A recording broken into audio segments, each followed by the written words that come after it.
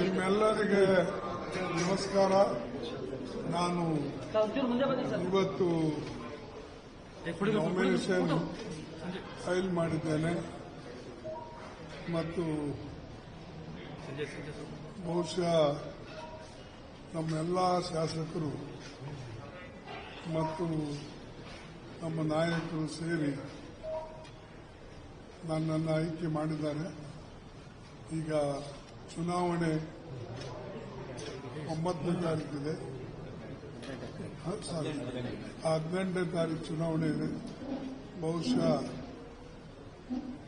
18ನೇ ತಾರೀಕಿನೂ ಕೂಡ ಎಲ್ಲ ಒಕ್ಕಟ್ಟಾಗಿ ಒಂದಾಗಿ ಕಾಂಗ್ರೆಸ್ ಅಭ್ಯರ್ಥಿಗೆ ಗೆಲ್ಲಿಸ್ತಾರೆ ಅಂತ ಹೇಳಿ ನನ್ನ ವಿಶ್ವಾಸ ಇದೆ.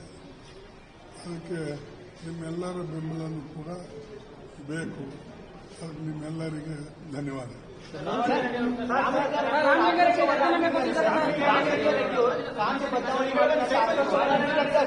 ರಾಜೀನಾಮೆ ಕೊಟ್ಟಿದ್ದಾರೆ ಸರ್.